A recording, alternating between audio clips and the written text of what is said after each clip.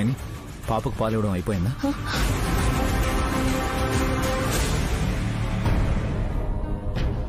పెద్దయ్య మనవరాలు పాలు తాగడం అయింది బాబుగారు. అదేంటమ్మా, గాయత్రి అని చెప్పకుండా నా మనవరాలు అని చెప్తున్నావు? గాయత్రి అన్న పేరుకి చాలా శక్తి ఉంది పెద్దయ్య. ఆ పేరుని ముభావంగా ఏదో ఆలోచనలో ఉండి పలకూడదు. నైని ఏం ఆలోచిస్తున్నావు? ఎవరు మంచివారో ఎవరు ముంచేవారో తెలియనప్పుడు ఆలోచనలో పడతాం కదా బాబుగారు. నైని ఏమైంది? నా వల్ల ఏదైనా మీ వల్ల మంచి జరుగుతుంది పెద్దయ్య. నేను మా వాళ్ల గురించి చెప్తున్నాను. పాపం తీసుకోండి. ఇవ్వమ్మా.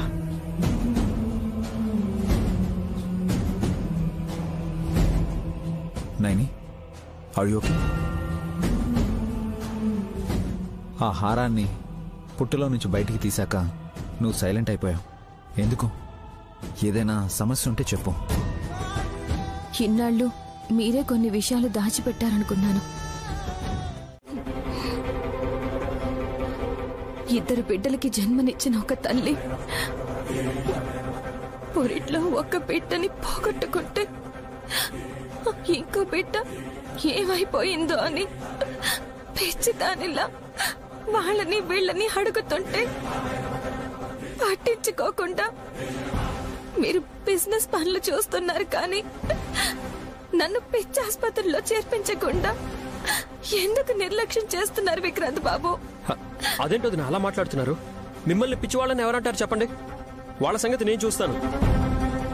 ఎవరు అనరు.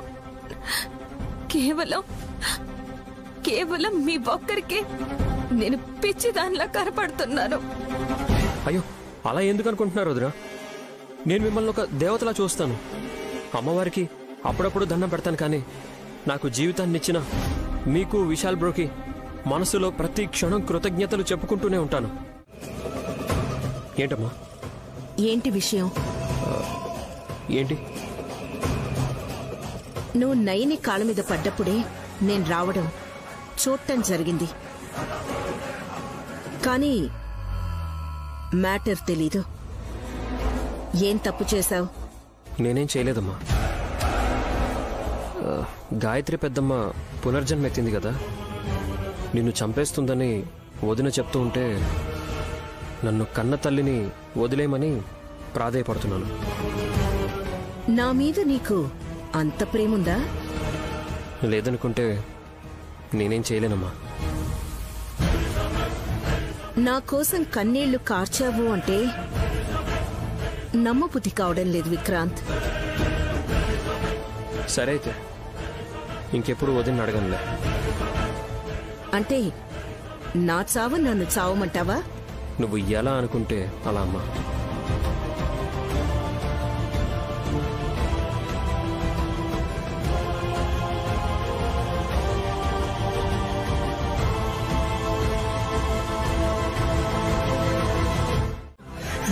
ఏమైందన్నా? ఎక్కడికి వెళ్తున్నావు?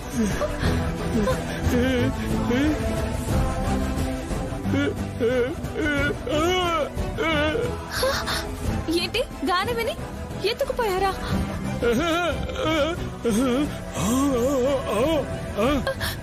నా బిడ్డని నువ్వెత్తుకుపోయావా?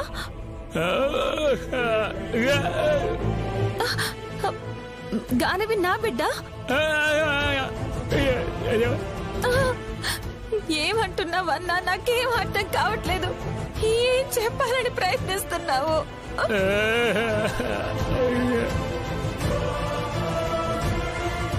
నైని, నైనమ్మా, గానవిని తీసుకుని ఇక్కడికి వచ్చావెందుకు? అయోమయంలో ఉన్నాను పెద్దయ్య. ఎవరు ఎవరికి ద్రోహం చేశారో ఎవరికి దూరం చేశారో ఏమీ తెలియట్లేదు. గానవి నా బిడ్డ అని విక్రాంత్ బాబు అంటున్నారు, కాదు అని జీవం అన్న సైకిల్ చేస్తున్నాడు. జీవం, మీరెలా సైకిల్ చేస్తున్నారు? నువ్వేం చెప్తున్నావో అర్థం కావట్లేదన్నా.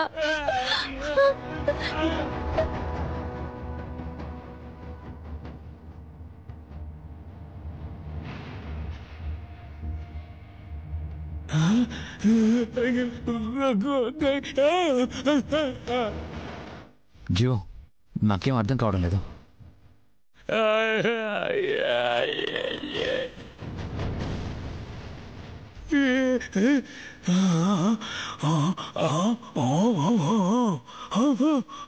మా పాప గాయత్రి ఎక్కడుందనా? నయనమ్మ ఇక్కడికి వచ్చిందనగాని కమలమ్మని చూసుకోమని వచ్చాను.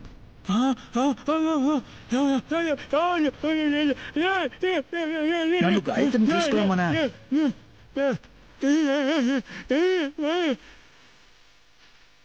ఈ చలిలో గానవిని తీసుకురావడమే పొరపాటని నేను అనుకుంటుంటే మీరు గాయత్రిని కూడా తీసుకురామంటున్నారేంటి జీవం?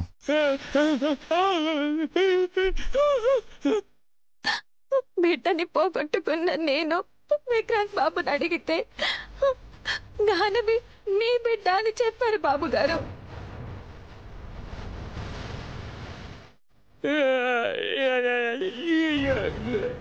అన్నేమో కాదు అంటున్నాడు. మాటల్లో పడిపోయి నన్ను ఆలోచనలో పడేలా చేశాడు. నేను బాధపడకు. శాస్త్రి గారు జీవాన్ని తీసుకెళ్ళండి. అలాగే బాబు.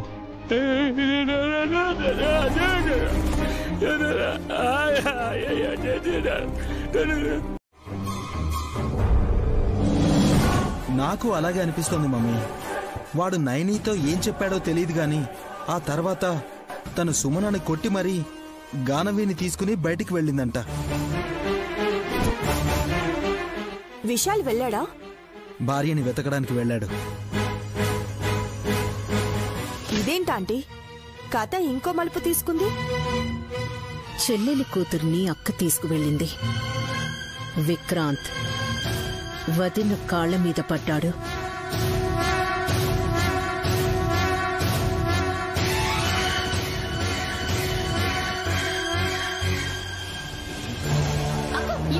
ఇవ్వవే ముందు.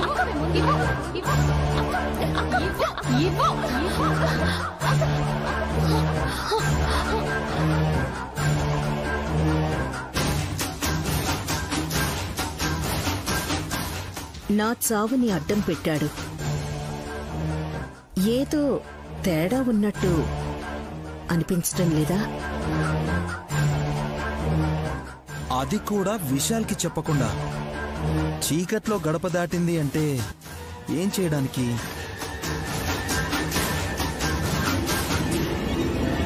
స్వామీజీని కలవడానికి వెళ్ళుంటుందా? పాపకి జ్వరం లేదు, ఇంకెవరికి ప్రాబ్లం లేదు. కానీ నయని హడావిడిగా బయటికి వెళ్ళింది అంటే చాలా లోతుగా ఆలోచించాలి.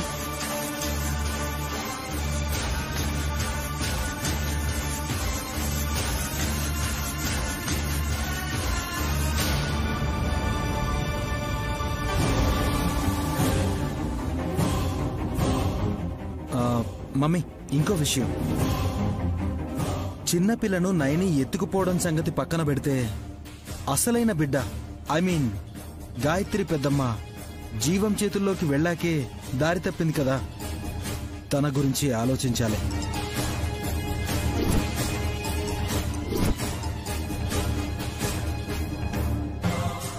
గాయత్రీదేవి ఎక్కడుందనా? ఎదురు పడితే ఆటోమేటిక్గా తెలుస్తుంది. ఆలోచించాల్సింది జీవం గురించి ఆంటీ.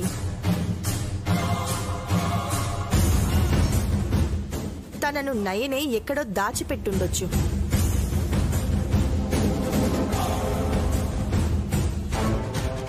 నయని చేసే ఉపాయం చూసి కరుడు గట్టిన వాళ్లైనా కరిగిపోతారు.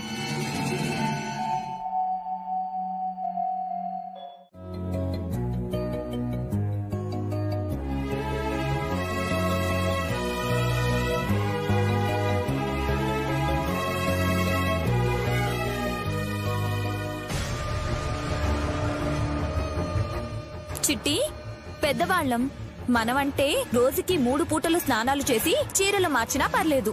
చిన్నపిల్లకెందుకు మళ్ళీ స్నానం చేయించావు? మా అక్క ఎత్తుకెళ్ళింది కదక్కా, ఎక్కడెక్కడ తిప్పిందో ఏంటో. గుడికెళ్ళొచ్చారంటలే సుమనా, విష్ చెప్పాడు. ఈ టైంలో గుళ్ళు మూసుంటాయి కదా పిన్ని. అలా చెప్తే ఏ గొడవ ఉండదని బానే మేనేజ్ చేశారు.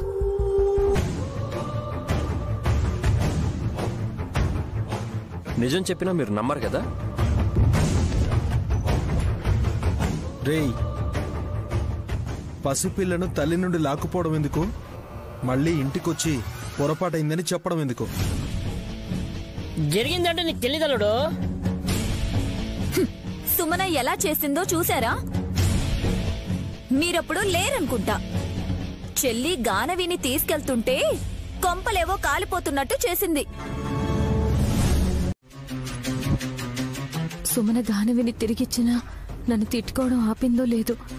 మళ్ళీ ఒకసారి అర్థమయ్యేలా చెప్తే బాగుంటుందనుకుంటున్నాను.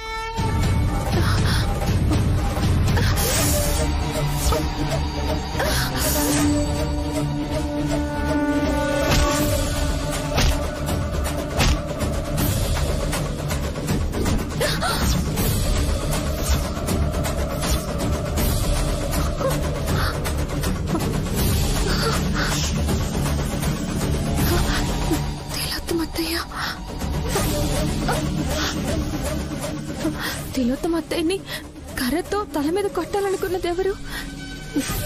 ఎందుకు? ఏం చేసిందని? విశాలక్షమ్మ తల్లి తిలోత్తమ అత్తయ్య మీద దాడి చేసినా అది గాయత్రి అమ్మగారే అయ్యి ఉండాలి. ఇంకెవరికి అవకాశం ఇవ్వకూడదు. ప్రతీకారం తీర్చుకోవడానికి పునర్జన్మ ఎత్తిన అమ్మగారు నా బిడ్డగా ఈ ఇంట్లో అడుగు పెట్టే వరకు నువ్వు శాంతించు తల్లి. ఒకవేళ ఆపద రావడం తప్పని పరిస్థితి అయితే దాడి చేసిందెవరో నాకు తెలిసిన వాళ్ళని అడ్డుకోవడానికి ప్రయత్నిస్తాను. అదెవరో ఏంటో నాకు స్పష్టంగా కనిపించేలా చెయ్యమ్మా. అడిగేవాళ్ళు లేకపోతే అలాగే చెలరేగిపోతారు. ఇష్టం వచ్చినప్పుడు గానవిని బయటికి తీసుకెళ్లడం, ఎక్కడికి వెళ్తారో ఏంటో చెప్పకుండా తిరిగొచ్చేయడం బాగా ఆటలైపోయింది. మిస్టర్ మడక మైలప్ప, గానవిని కళ్లల్లో పెట్టుకుని చూసుకునే చెల్లి గురించి ఎవరు ఏమీ బెంబెలెత్తిపోనక్కర్లేదు.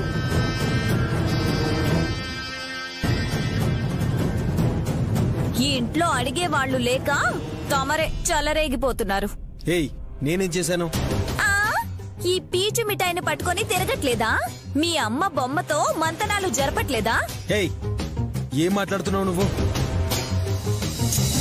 వల్లభా, తనతో గొడవలొద్దు. మనకి చాలా ముఖ్యమైన పనులున్నాయి, వెళ్దాం పద. సీసా మూత బదులు చేయడమే కదా మీకు ముఖ్యమైన పనంటే? అబ్బా వదిలే వదినా. ఎప్పుడో వదిలేశాను విక్రాంత్. పేరుకే మొగుళ్ళ పడున్నాడంతే. నన్ను అలా వదిలేసుంటే ఎంత బాగున్నావు.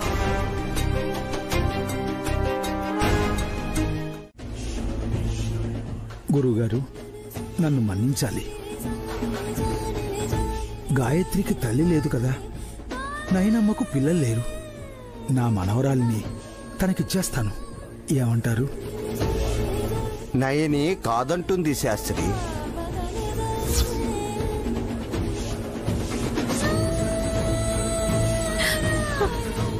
అవును పెద్దయ్యా, గాయత్రి అమ్మగారిని వెతికే ప్రయత్నంలో ఈ గాయత్రిని నేను సరిగ్గా పట్టించుకోకపోతే ఆ పాపం నాకు తగులుతుంది.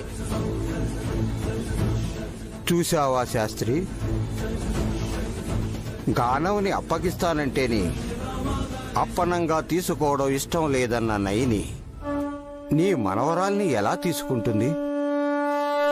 సత్యం తెలుసుకున్నాకే తన రక్తాన్ని ముద్దాడుతుంది. శుభం భూయా. ఆంటీ, మనం జోక్గా చెప్పామనుకుంటున్నారు. సీరియస్ గానే అన్నామని చెప్పు మమ్మీ. మారయ్య స్వామి, మేవన్నది నిజమే. నయని బిడ్డని ఎత్తుకుపోయిన జీవానికి మాత్రమే తెలుసు ఆ బిడ్డనే గాయత్రీదేవి అని. నేనెందుకు నవ్వానో ఇంకా అర్థం కాలేదా తిలోత్తమా? జీవాన్ని వెతికి వాడి ప్రాణాన్ని తీద్దామనుకున్నామని మీకు చెప్పగానే మీకు నవ్వొచ్చింది స్వామి. అందుకు నవ్వలేదు తిలోత్తమ, మీ అమాయకత్వానికి నవ్వొస్తోంది. స్వామి, నాకు బుర్ర లేదు అంటే ఒప్పుకుంటాను, కానీ మా మమ్మీ మేధావి, కసి జాదు, మితిమీరిన తెలివున్న వీళ్ళని కూడా అమాయకులు అంటున్నారా మీరు? పిచ్చి వల్లభ, మీరు జీవం ప్రాణం తీయాలనుకుంటే ఆ విషయం నైనికి తెలియకుండా ఉంటుందనుకున్నారా?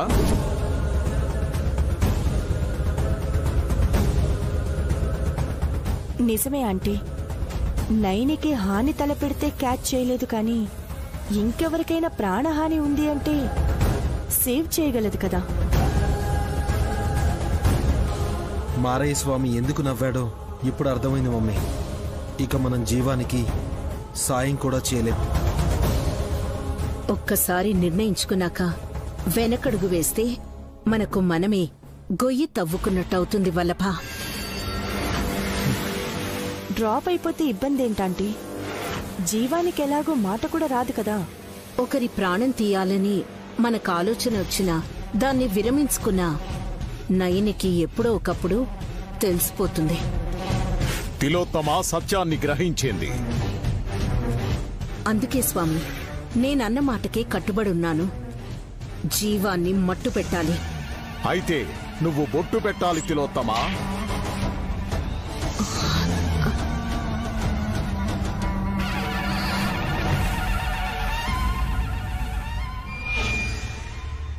బొట్ట ఎవరికి స్వామి?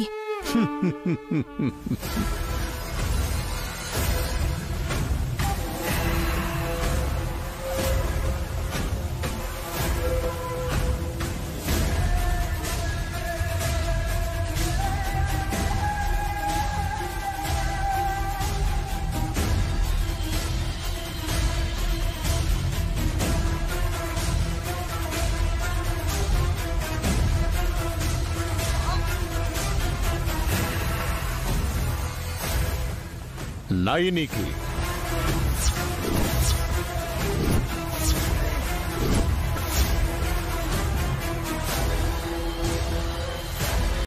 అబ్బా ఊరుకోండి. హ్యాపీగా ఉన్న వాళ్ళు కాస్త సీరియస్ అయిపోయి కొట్టుకునేలా ఉన్నారు.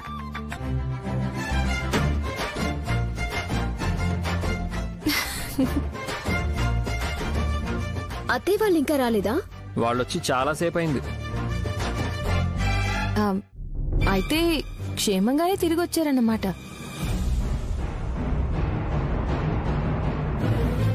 నువ్వు అనవసరంగా ఆందోళనకు గురయ్యావు నైని. మేం క్షేమంగా వెళ్లి లాభంగా వచ్చాం. లాభం ఏంటత్తయ్యా? హోమం జరిగాక హోమగుండానికి అంటిన మసిని ఇంటికి తీసుకొనొచ్చాము. మసా? ఏ ఆ కసి మొహానికి పూస్తారా? అందరూ పెట్టుకోవాలి హాసిని, ముఖ్యంగా ఆడవాళ్లు. చూడు ఆంటీ, నేను పెట్టుకున్నా.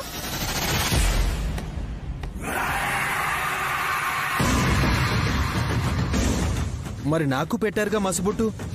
దిష్టి తగలకుండా అరికాలికి పెట్టుకుంటారు, మీరేంటి నుదుటిన పెట్టుకున్నారు?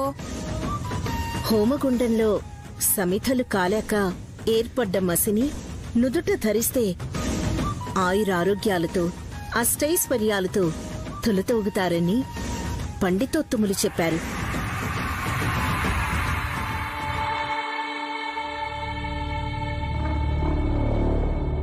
అయితే ముందు నాకు పెట్టండి అత్తయ్య. అట్టు కాదది, బొట్టు. అదే అన్నీ నాకే కావాలనుకునే సుమ్మికే ముందు పెట్టొదినా. అందరికీ మంచి జరగాలి.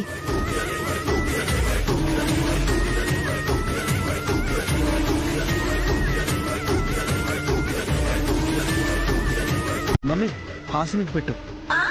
ఓ చీర కొని పెట్టారు గాని బొట్టు పెట్టమని బాగానే చెప్తున్నారు.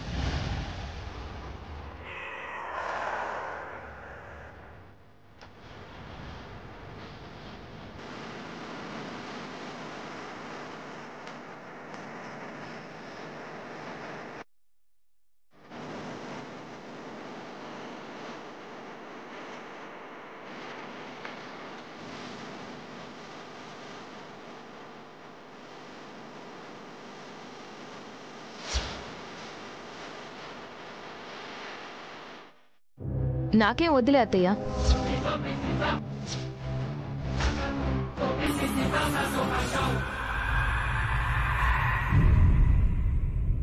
అదేంటి నైని అలా అంటావు? నాకు మేలు జరగకపోయినా పర్వాలేదు, మీకు మంచి జరిగితే సంతోషిస్తాను.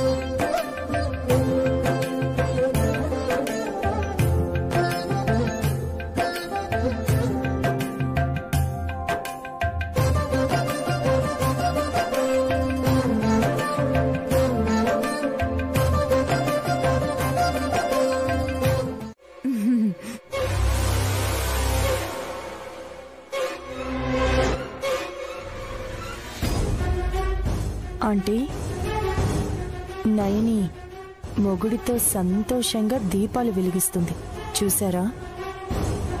నేను తన నుదుట కుంకుమ చూడట్లేదు కసి, మసి చూస్తున్నాను. మారయ్య ఇచ్చిన మసిని పెట్టుకుంది కాబట్టి ఇప్పుడు మనం ఏం చేసినా నయని ఊహించలేదు.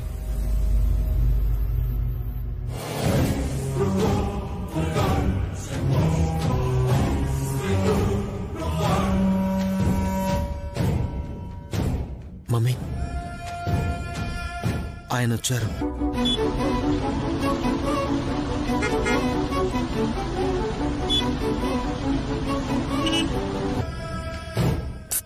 ఎవరు వల్లభ? 50 అడుగుల దూరంలో నిల్చునున్నాడు చూడండి.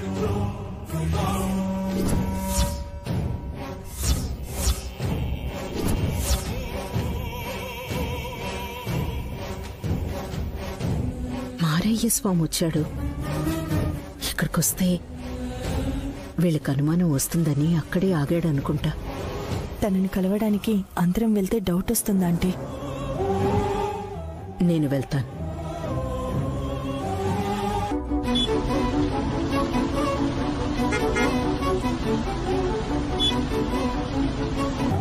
మీరు హాసిని దగ్గరే ఉండి మాటలు చెప్పండి, దాని సరదాలో తేడా రాదు. అలాగే అంటే. అలాగే మమ్మీ.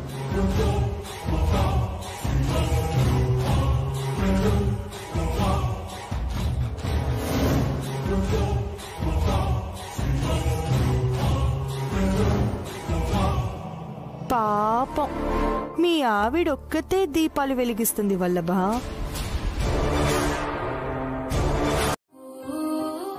దయ చూపే భర్త, దారి చూపే అత్త, దర్శనమిచ్చే బిడ్డలు వీళ్ళుంటే చాలు కదా.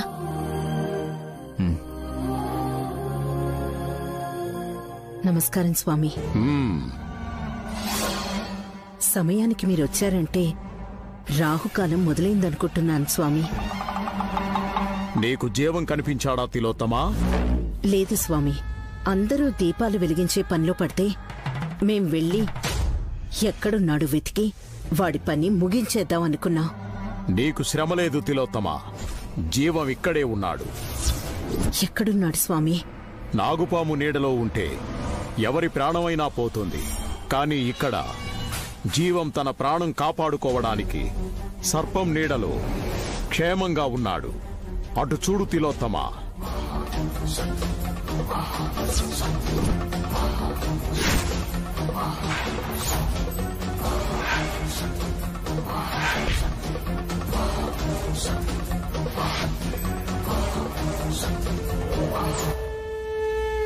రగులుతుంది మొగల పద, వదల మరి కన్యదా, నాగినిలా వస్తున్నా నాతో కలిపేస్తున్నా కాచేస్తావో రగులుతుంది మొగల పదా బుస్ ఆ బుస్ మొగల మారి కన్నయ్యదా.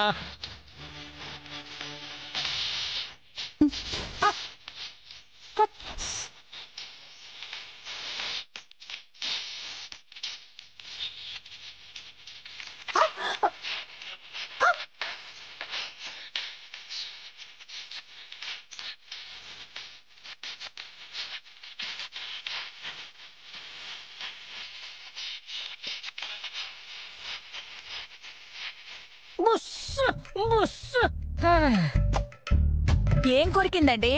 ఉన్నట్టుండి బుస్ అంటున్నారు. పిల్ల పాములా ఉన్నావు, ఊరుకో మావయ్య. అల్లుడు అప్పుడప్పుడు వినోదాన్ని మిక్స్ అయ్యాడు. చీకట్లో బుస్సు బుస్సు అంటే ఏ పామైనా వచ్చిందనుకోండి, అప్పుడేం చేస్తారు?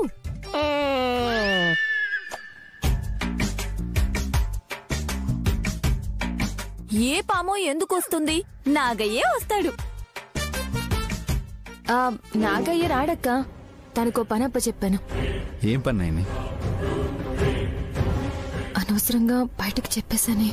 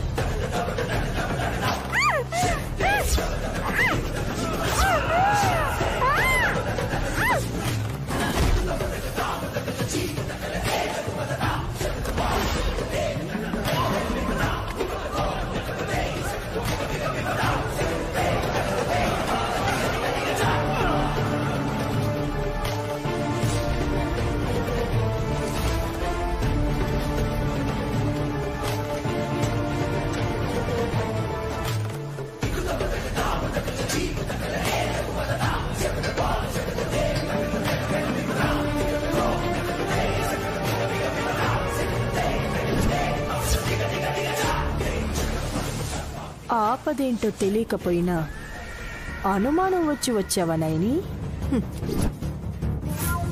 నువ్వు స్పృహలోకి వచ్చేలోపు వల్లభ విశాల్ సంగతి చూస్తాడు.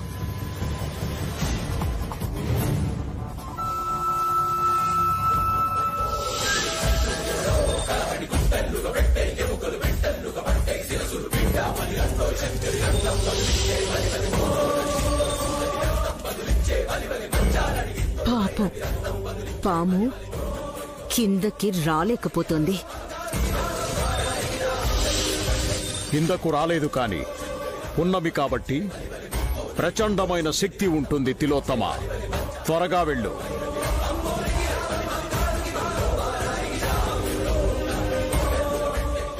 సుమన, దుర్దపిన్ని, పాట పాడండి. నాకు రావమ్మా పాటలు. చెల్లెక్కడికి వెళ్ళింది? బాగా పాడుతుంది కదా. పర్వాలేదులే అక్క, నువ్వే పాడు.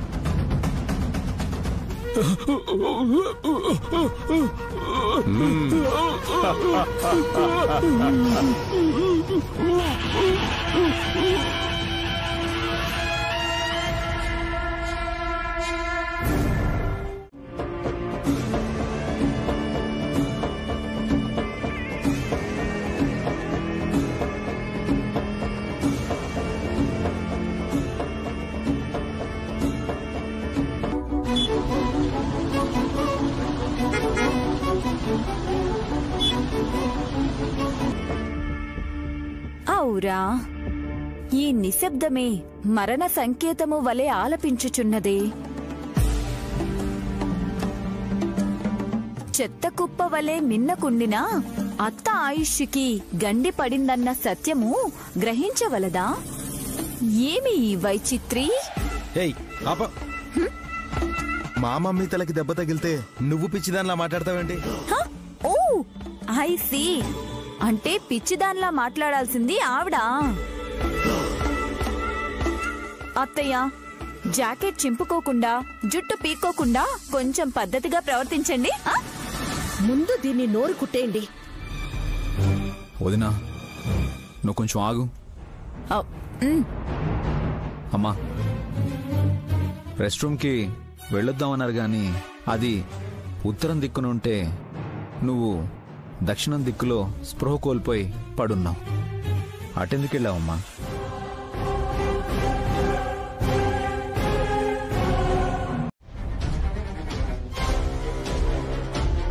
అంటే ఆ శత్రువు ఎవరో కానీ వదిన్ని అమ్మని ఇద్దరిని టార్గెట్ చేస్తున్నాడు. ఇక్కడే లాజిక్ అర్థం కావట్లేదు. ఇందులో అర్థం కాకపోవడానికి ఏముంది ముదురు బెండకాయ్? నన్నన్నవా? బా పోనిద్దురు. మ్యాటర్ ఏంటంటే అత్తయ్య బుర్రకి బొక్క పెట్టించుకొని ఇప్పుడు లేటెస్ట్ గా వచ్చింది కానీ ఇలా జరక్క ముందే జరుగుతుందని నైని చెల్లి అనుమానాన్ని వ్యక్తం చేసింది. అవునా కాదా?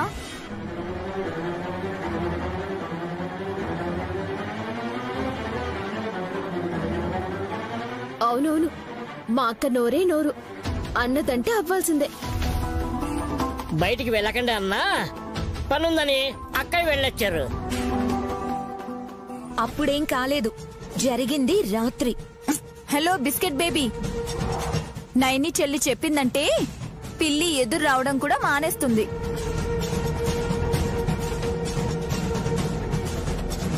శంకర్ శాస్త్రి గారి జాతక విద్య పెద్ద మనమరాలకి అబ్బకుండా ఉంటుందమ్మా. అంత నిక్కచ్చుగా చెప్పగలిగే నైనికి తన కూతురు జాడ తెలియకపోవడమే దురదృష్టం పావనమూర్తి.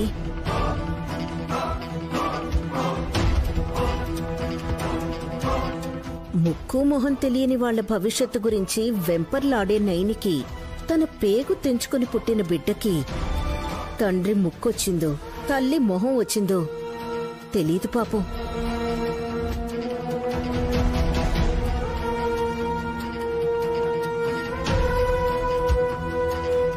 అవును మమ్మీ, పాపం జాలేస్తుంది. ఇంకో 3 రోజులుంటే కార్తీక మాసం కూడా అయిపోవస్తుంది. కోటి దీపాలు వెలిగించినా సరే నయని జీవితంలో వెలుగు రాకుండా పోతుందేమో అని బాధగా ఉంది. మీరంతా దిగాలు పడాల్సిన అవసరం లేదు. నాకు 2 బిడ్డలు పుట్టారన్న నిజం తెలుసుకున్నాక ఆ తర్వాత 100 అనుమానాలు పుట్టాయి. ఒక్కొక్క సందేహాన్ని నివృత్తి చేసుకుంటూ వస్తున్నాను.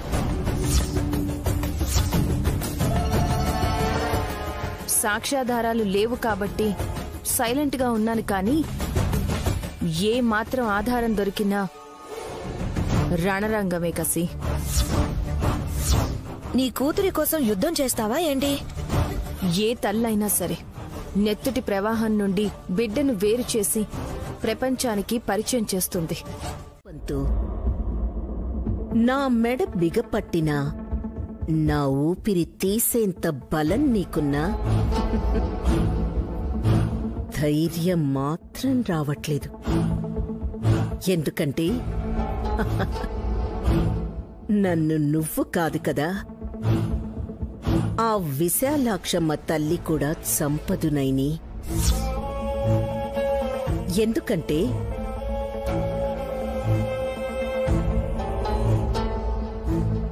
నన్ను చంపగలిగే హక్కు, అర్హత, అవసరం, ఆయుధం కేవలం గాయత్రీదేవికి మాత్రమే ఉన్నాయి. నువ్వు నా మెడకి బెల్టేసినా తాడేసినా నొప్పి వచ్చేలా చెయ్యగలవు, కానీ సావు రాకుండా కూడా నువ్వే చెయ్యగలవు త్రినయని. ఇప్పుడు నిన్ను ఎందుకు త్రినయని అన్నానో నీకు తెలుసా?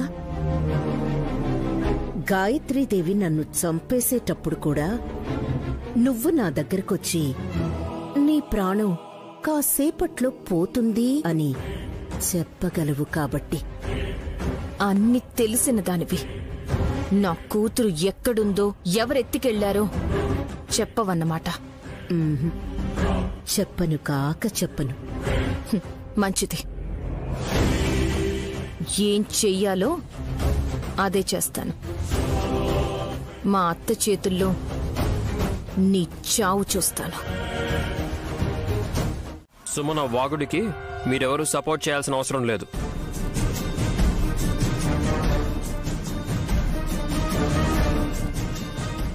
ఎవరికైనా ఆపద ముంచుకొస్తుందంటే నైని వదినే ఆ ప్రమాదాన్ని అడ్డుకోవడానికి ముందుంటుంది.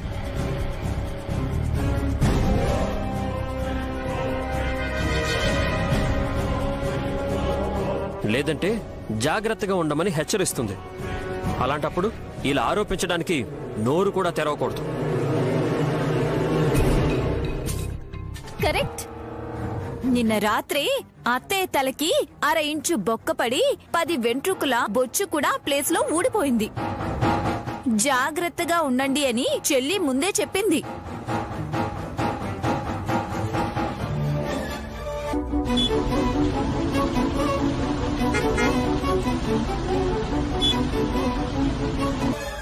అందర్నీ ఉద్ధరించే ఈవిడ నా కూతురు మీద పూలకుండి పడబోతుందని జాగ్రత్తగా ఉండమని ఎందుకు చెప్పలేదంట?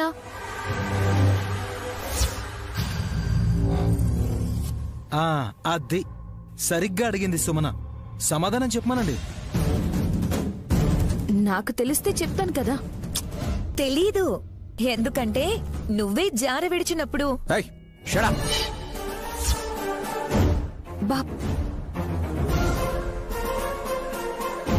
ఇంకొక్కసారి అలా అన్నావంటే పళ్ళు రాలుతాయి చెప్తున్నా.